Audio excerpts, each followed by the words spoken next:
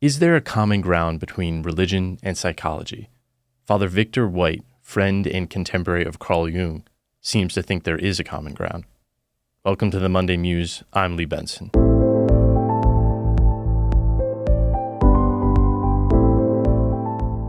Before we begin, remember to like, comment, share, subscribe, do all the things to help me battle the algorithm gods. Also, if you'd like to ask me a question, you can email me at BasicallyRelatedPodcast@gmail.com.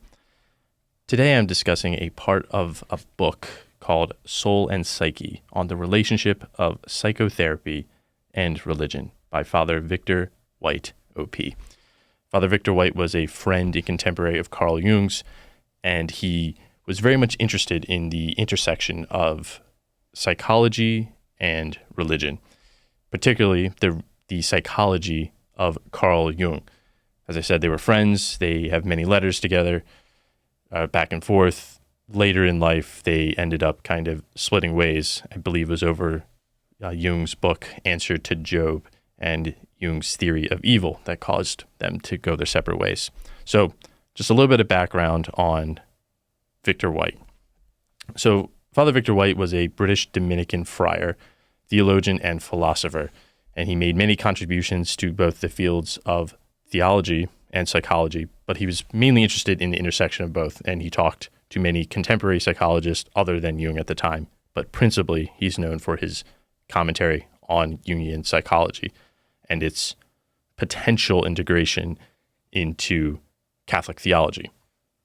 The book Soul and Psyche is principally on Jungian psychology. He mentions other psychologists in the book, but it's mainly about Jung and his psychology. So what I'm talking about today is the common ground that Victor White sees between psychology on one hand and theology on the other. So let's dive in. Father Victor White wants to clear the ground for discussion and collaboration on religion and psychology. So in order to do this, he needs to find some common ground from the standpoint of psychology and the viewpoint of theological studies. But what is the common ground? What is the thing that both psychology and theology share? And he says that the subject matter that they both have in common is mankind. It's the human person. For Victor White, psychology concerns itself with man's mentality, his outlook, his patterns of behavior, his conduct, his interaction with the world. And he argues, to a certain extent, theology has the same aim in mind. Both psychology and religion are concerned with humans and their healthy functioning in the world. So with that in mind, that the common ground between religion and psychology is man, he goes into a little bit of distinctions about what is the difference between the soul that is studied in religion and the psyche that's studied in psychology. So he goes through some propositions. Some people say that the distinction between soul and psyche are two different categories, that the psyche belongs to psychology and the soul belongs to religion. But for Father Victor White, this could lead to erroneous conclusions, particularly in the realm of psychotherapy. For instance, the guardian of Tom's soul, his priest, his pastor, may tell him that a certain behavior is a mortal sin and therefore bad for his soul. However, the psychotherapist may say that that is not a sin and it's good for his psyche, so he should engage in that sin. What is Tom to do?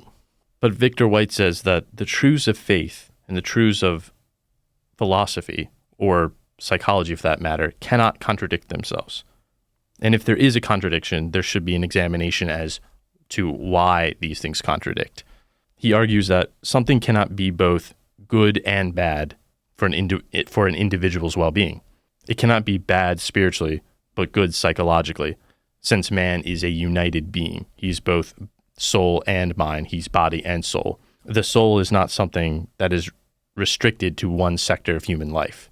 So Victor White rejects the idea that the psyche and the soul can be something separated, that there might be some distinction, but there's no separation between the two.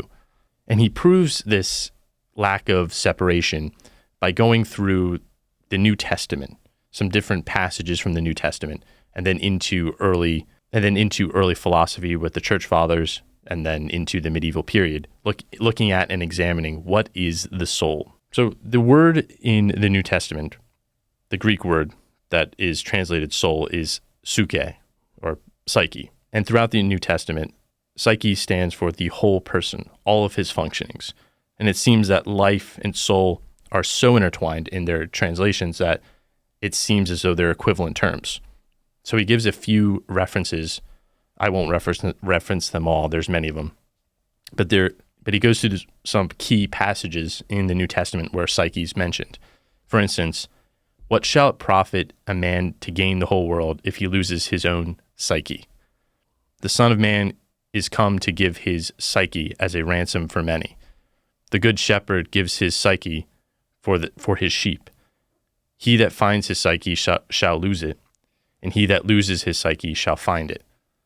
My psyche magnifies the Lord. The first Adam was made into a living psyche. These are just to name a few. The reason why Victor White goes to the New Testament like that is to show that in some of these passages, you might translate it soul. In some others, you might translate it life. So these are synonymous terms, that the soul of man is his life. It's the entirety of man. It's not just one part. And of course, as he notes, the Bible doesn't give us philosophical definitions of the soul. But what it does give us is the word psyche, which is used in such a broad context that it covers the whole range of life. He looks at the Psalms even, and how the Psalms, when it speaks of the soul, it has this entire range of human emotion and human experience: prayer, praise, resentment, anger, love, hate. All of these things are experienced in the soul. So therefore, the theologian cannot allow that any sector of human life lies outside of the human soul or the psyche. The theologian is concerned with the entirety of man, the whole man. Later philosophical definitions of the soul only confirm what we saw in Scripture. So through the early church fathers into the incorporation of Platonic philosophy and Greek philosophy, they all assert that the soul is the principle of life in the human person, that it's the soul that gives life. And the soul is concerned with the entirety, again, of the human person, from the lowest activities of breathing and nourishment and growth and reproduction, all the way to the highest in the human person of thinking, to judge, and to discover abstract ideas. All human experience is contained within the human soul.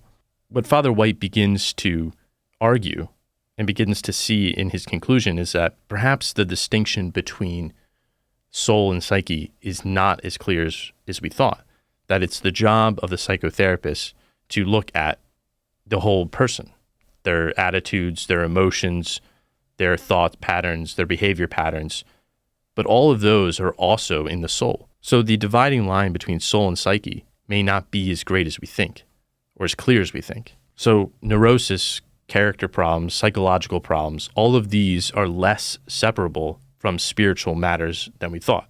And for Father White, he sees depth psychology as a fuller integration of the psychological and the spiritual dimension of man, principally the depth psychology of Carl Jung. Because for Jung and the Jungians, religion is an indispensable function of the psyche and of man, that in fact it's man's disconnection from his religion and his soul, as it were, that causes the rot and decay of his mind and of the Western world. In Jung, Father White sees this incorporation, this bridging of the gap between religion and psychology once again, that the Jungians look at the entirety of man. They look at his behavior, his psychology, but also his religion, which for Father White, a legitimate psychology cannot disregard man's religion. They cannot disregard his soul. So in conclusion, for Father White, there is no legitimate separation between psychology and religion. So you might say that the soul is the entirety of the man. It encompasses everything. And psychology, or the man's psyche, is one element, perhaps the higher element, that is subsumed under the word soul. So perhaps psychology confines itself to the psyche or the mind of man, but theology, religion, concerns the whole man, including his mind. So for Father White, theology cannot accept a restriction of just the religious, that theology only concerns a religious component. But in fact, the soul and theology concerns the whole man. Father White says, religion can no more exclude from the soul what belongs to the psyche than psychology can exclude from the psyche what traditionally is ascribed to the soul. So yes, while perhaps theology subsumes everything that psychology holds, there can be a legitimate integration of both of them. That's partly what my master's thesis is on. So you'll probably be hearing more about soul and psyche, this book, throughout the Monday Muse.